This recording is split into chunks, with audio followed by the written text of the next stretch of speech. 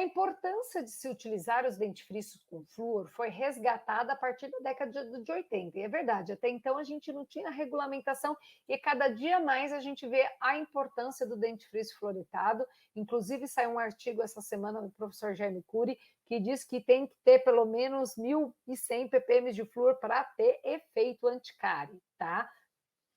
Então, vamos voltar à questão. Quando surgiram os primeiros dados da redução da cárie dental independente de fluoretação da água, que era considerado um método dispensável. Então, até então, a fluoretação da água era indispensável. A partir da década de 80, foram aparecendo os estudos que mostraram que o dentifrício reduz muito a cárie, então ele é mais importante que a fluoretação da água.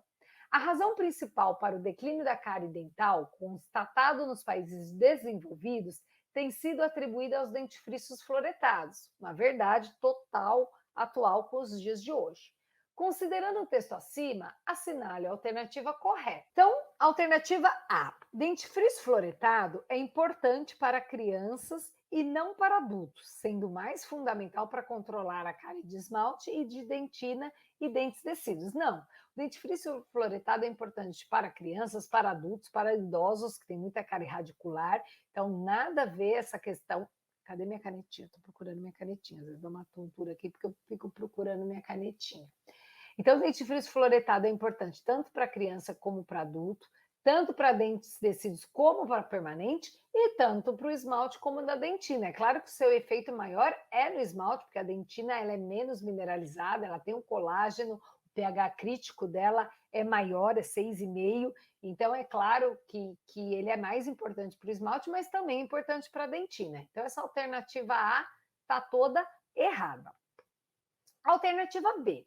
A concentração de flúor de um dentifrício deve estar entre 100 a 1.100 ppm de flúor, pois, em termos de eficiência, há pouca justificativa para um concentrado com menor concentração. Tudo errado, e aqui faltou um zero e outro zero, né? Que é de 1.000 a 1.100, sabendo que 1.100 é o mais efetivo hoje, né? Saiu um estudo quentinho, então essa daqui também está totalmente errada. Alternativa C. Alguns dentifrícios contêm flúor associado a substâncias antibacterianas, como triclosan, GAN3 ou zinco, para o controle da placa dental. Claro, os dentifrícios fluoretados, o principal é que tenha flúor, né? Que eles tenham certa abrasividade, então que também tem o abrasivo, e hoje os dentifrícios, eles têm adição de medicações, de substâncias para usos específicos. Então a gente tem antibacterianas para diminuição, né, para o maior controle do biofilme, a gente tem partículas como arginina para diminuição de sensibilidade. Então, hoje, como é um material também cosmético, ele tem a adição de outras substâncias para outras propriedades. Então, a alternativa C está correta. E a alternativa D. As principais formas de flúor nos dentifrícios são cálcio fluoretado e aí o NAFP, né, que nem tem, ambos considerados mais eficientes no controle de cárie. Não, a gente sabe que hoje nos dentifrícios brasileiros nós temos o quê? O M, vamos fazer um M aqui, MFP, que é o monofluorfosfato de sódio, MFP, então aqui vocês estão anotando, né? Estão vendo a aula. MFP, que é o monofluorfosfato de sódio, e o fluoreto de sódio normal, que é o NaF. Vou fazer o meu Azinho e o F, tá? Então, hoje a gente sabe que no Brasil, os dois principais mais utilizados, vai depender do abrasivo que tem, né? É o monofluorfosfato de sódio e o fluoreto de sódio. Então, essa daqui está errada também. Então, a alternativa correta é a alternativa C. Então, uma questão bem simplesinha aí para vocês. Questão 5, também do Instituto Mais. De Santana do Parnaíba. Essa foi de uma prova específica de endodontia, como eu falei para vocês, flúor cai em todas. Quando vocês forem para essa prova específica, para especialidade ou não específica, pode estudar flúor, que é certeza que cai. Então, ela diz o seguinte: toxicidade aguda ocorre por ingestão de grande quantidade de flúor provocando desde irritação gástrica até a morte, que é o que, né, desde a dose seguramente, desde a dose provavelmente tóxica, que traz irritação gástrica, ou até a morte, que é a dose certamente letal. Nenhuma pessoa pode estar exposta a concentrações iguais ou superiores a, ou seja, que na verdade, nenhuma pessoa pode estar exposta à concentração que vai começar a causar mal. Qual é a concentração que começa a causar mal? É a dose, é a DPT, a dose provavelmente tóxica. Qual é a dose provavelmente tóxica? Lembrando da professora Carol, né? Dando tchau para vocês. E aqui está a alternativa, os 5 miligramas de flúor por quilo de peso, que é quando ele começa a fazer mal, a dose provavelmente tóxica, DPT, né? Dose provavelmente tóxica, que é a alternativa de 5 miligramas de flúor por quilo de peso. Então, aqui para provar para vocês que cai, tá? Santana de Parnaíba também em 2017. A reparação dos tecidos após uma exodontia é geralmente considerada como uma fase de reação inflamatória, uma vez que não pode ser separada dos fenômenos vasculares e celulares que ocorrem em resposta de uma injúria ou lesão. Considerando isso, correlaciona as colunas abaixo e assinala a alternativa que apresenta a sequência correta. Definição: cicatrização é o processo de reparação que se caracteriza pela rapidez e a ausência de qualquer acidente perturbador, sobretudo a ausência de infecção. Pode ser, vamos ver se tem uma opção melhor, né? Ou definição 2, cicatrização por primeira intenção. Letra B, trabalho orgânico, que consiste em uma neoformação de tecido destinada a reparar soluções de continuidade, acidentais ou cirúrgicas que se produzem no organismo. Não, essa aí, a letra B, é a definição de cicatrização. Então, seria 1 ligado com B. Já cicatrização por primeira intenção é, sim, letra A, o processo de reparação que se caracteriza pela rapidez e ausência de qualquer acidente perturbador, sobretudo a ausência de infecção. Isso aí a gente dá o nome de cicatrização por primeira intenção. E a cicatrização por segunda intenção sobraria 3C. É um processo que se faz de maneira lenta, exatamente, durante semanas ou até meses, e se dá nas feridas em que, pela própria técnica empregada, não foi possível ou não foi indicada a sutura oclusiva, ou em que a ferida é tomada por uma infecção bacteriana. A isso a gente dá o nome realmente de cicatrização por segunda intenção. Então seria 1B, 2A, 3C. A gente vai ter essa alternativa em letra C. 1B, 2A, 3C. Essa prova de 2017, Santana de Parnaíba, teve bastante questão de cirurgia, hein? Durante a exodontia do segundo molar inferior direito, o cirurgião acabou por fraturar a coroa, segundo molar inferior direito, coroa fraturada. Dando continuidade ao procedimento cirúrgico, o profissional optou por utilizar a técnica terceira, a qual consiste em deixar descoberto o processo alveolar pelo lado do vestíbulo e extrair-se o dente por meio de ressecção da tábua óssea vestibular. Utilizar somente alavancas, apoiando preferencialmente o instrumento no dente vizinho mesial, caso esse esteja presente. A gente nunca apoia a alavanca em dente vizinho, sempre em osso adjacente. Aplicação do fórceps bem profundamente e realizando movimentos de rotação. Não tem como usar fórceps na técnica terceira. E D, realizar acesso pela fossa canina, fazendo abertura acima do ápice do dente. Não. Então seria a letra A descrição da técnica terceira. Deixar descoberto o processo alveolar pelo lado vestibular e extrair-se o dente por meio da ressecção da tábua óssea vestibular, ou seja, odontosecção e osteotomia. Em relação às células-tronco, analise as afirmativas, atribuindo V para as verdadeiras, F para as falsas, em seguida marque a opção correta. Vamos lá. Esqueçam a parte das respostas, porque já está com elas ali. Vamos analisar.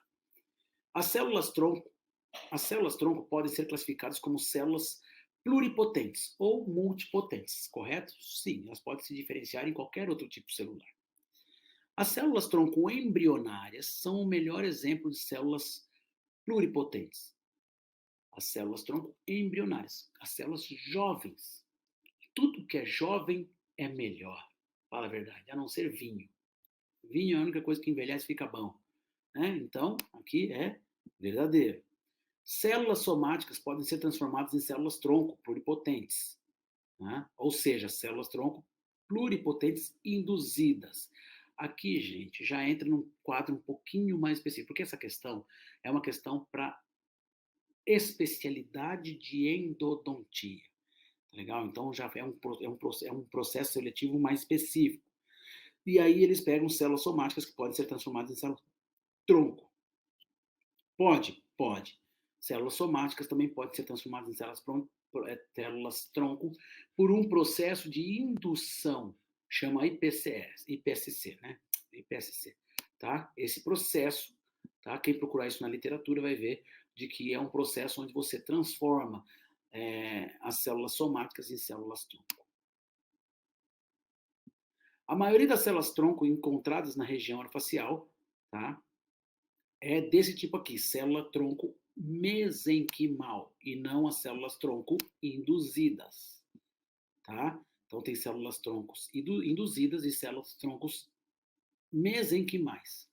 A maioria das células-tronco encontradas na região orofacial é realmente de células mesenquimais, tá? Células induzidas são menos. A papila apical é um reservatório rico em células-tronco, a papila dental. Tá? Seja ela coronária ou apical, aquele que quis especificar apical. Tá? É rica em células-tronco mesenquimais indiferenciadas, com grande capacidade de proliferação e diferenciação odontogênicas. Perfeito. A papila, gente, célula quanto mais jovem, mais células mesenquimais ele tem. Tanto é de que qual é a maior fonte hoje de tecido de célula-tronco? De onde eles pegam para pesquisa? De onde eles pegam para jogar na medula? De dentro do tecido. Vocês já viram a campanha Fada do Dente? Que a USP desenvolveu há alguns anos atrás? Para que você doe o dentinho de leite do seu filho, coloque lá para que ele seja congelado, e aí você tem um grande reservatório de células-tronco? É isso, gente. Vamos lá. A papila apical e suas células-tronco residentes não são reguladas pela bainha epitelial de Hertwig. A papila apical, tá? Ou seja, a papila da raiz e suas células-tronco, que estão ali, não são reguladas pela bainha epitelial de Hertwig. Não são? Lógico que são.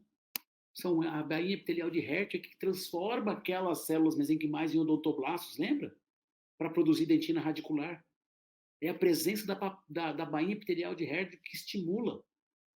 Então, elas são reguladas, sim, pela bainha epitelial de Hertwig. Então, a alternativa F está falsa. A polpa é um tecido conjuntivo dinâmico e tem sido bem documentado que, com seu envelhecimento, ocorrem alterações celulares, extracelulares e nos elementos de suporte. Ou seja, o dente está envelhecendo. São alterações que ocorrem na polpa com a idade, de acordo com Torabinejad em 2010, exceto a única coisa que não ocorre. Vamos ver. Como já tem a resposta aqui, vamos analisar de baixo para cima. Letra D. Diminuição dos elementos vasculares. Quando o envelhecimento ocorre? Sim. Diminuição no número de odontoblastos. Ocorre? Não diminui células? Sim. Diminuição do número de fibroblastos? Sim. Sim. Diminuição da quantidade de colágeno? Não. A polpa se torna cada vez mais fibrosa. Diminuem os componentes celulares, evidenciam-se as fibras.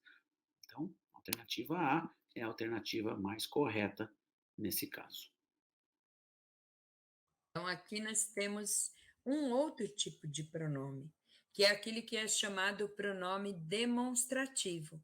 Então, embora utilizados de maneira diversa na fala coloquial, os pronomes demonstrativos, o que é a fala coloquial? É a fala do dia a dia, é a fala na informalidade, é a fala de uma maneira despojada. Ele, em ocasiões mais formais, né? Aquelas que a gente sabe que são mais prestigiosas, preferencialmente devem ser escolhidos de modo mais criterioso. Sobre o assunto, analise as frases abaixo. Então, o pronome demonstrativo, nós podemos usar ele na função que nós chamamos a função espacial, que é a função dentro de um espaço que nós estamos, que é o que ele usa aqui, ó. O objeto está próximo do falante e o objeto está próximo do ouvinte. Por quê? Porque existe uma diferença. Na formalidade, a gente tende a usar, né, assim, exatamente assim.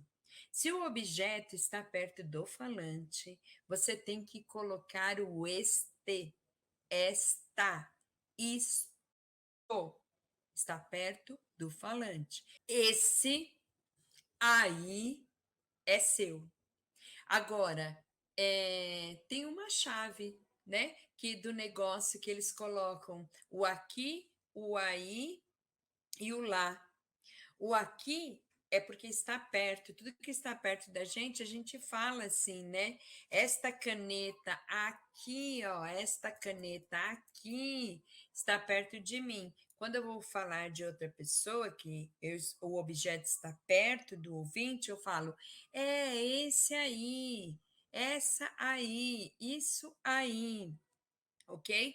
Então, na função espacial, tudo que estiver perto do falante é este, esta e isto. E, logicamente, que estes e estas.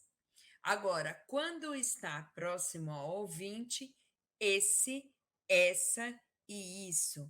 Esses e essas, ok?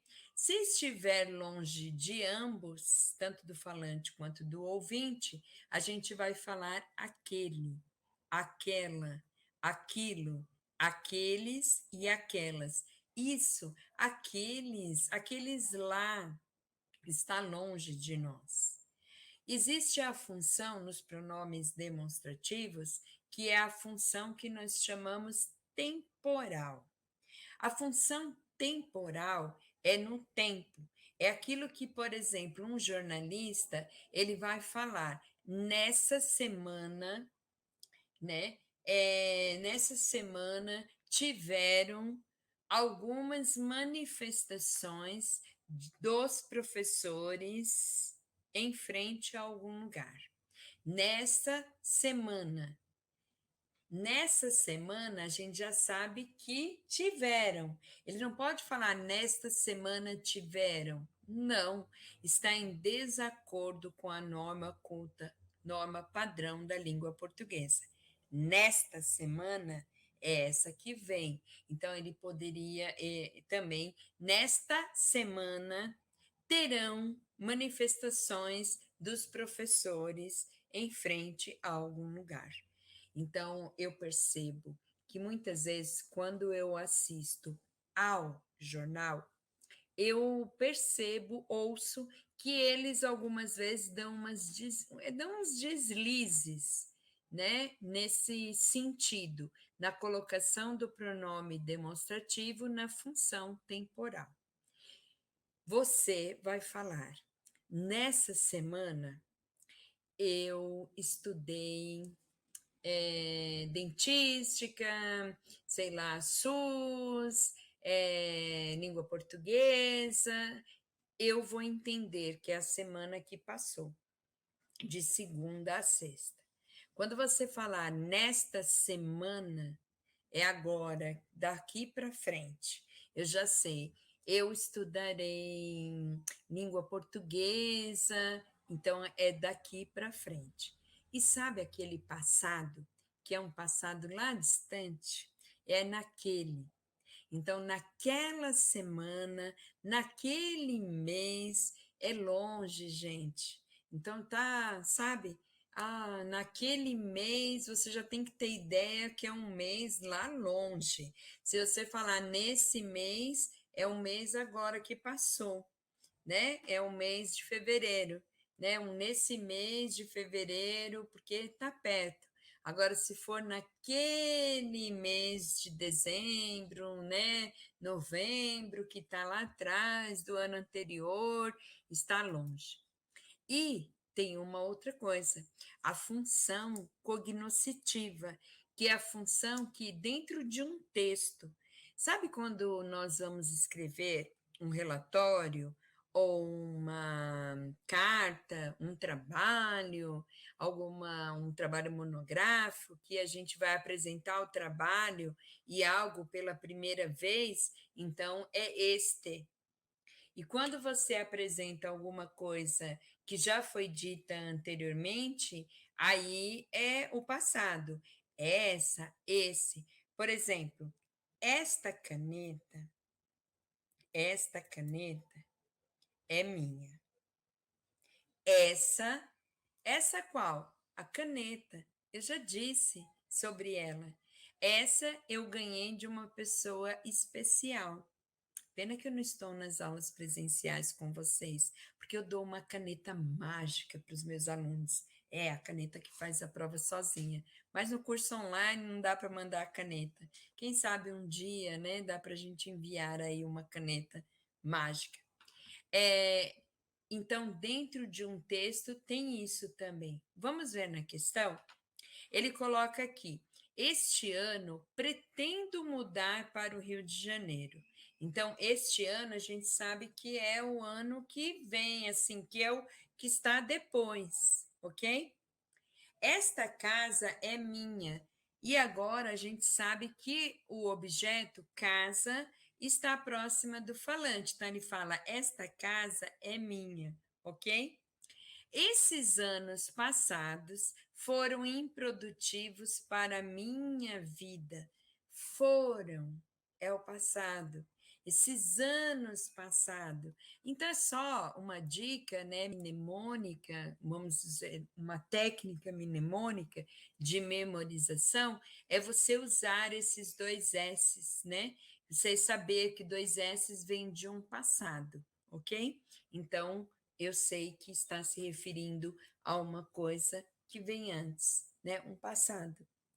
Essa notícia que acabamos de não, essa notícia que acabamos, não é acabarmos de ouvir é assustadora. Tem um erro aqui. Mas a professora nunca erra, tá? Daí foi um erro de digitalização, alguém que digitalizou essa prova. A professora nunca erra, tudo é proposital. É assim que eu falo para os meus alunos, meus índios. Mas essa notícia que acabamos de ouvir é assustadora. Essa que acabamos de ouvir, então ela já passou. Agora, essa casa é sua. Então, essa objeto, a casa está longe. Essa casa é sua, essa aí, então a gente sabe que está longe, né? Está próximo do ouvinte e longe do falante. E o problema fundamental é este: preciso estudar mais. Ele vai apresentar o problema pela primeira vez. Então, o problema fundamental é este: preciso estudar mais, ok? Só que, na verdade, aqui, ele não está pedindo isso, de colocar o sinal de pontuação, mas aqui deveria ter 2 pontos, porque vem algo explicativo. O problema fundamental é este, 2 pontos. Eu vou explicar o problema. Preciso estudar mais. Só que você não está olhando isso.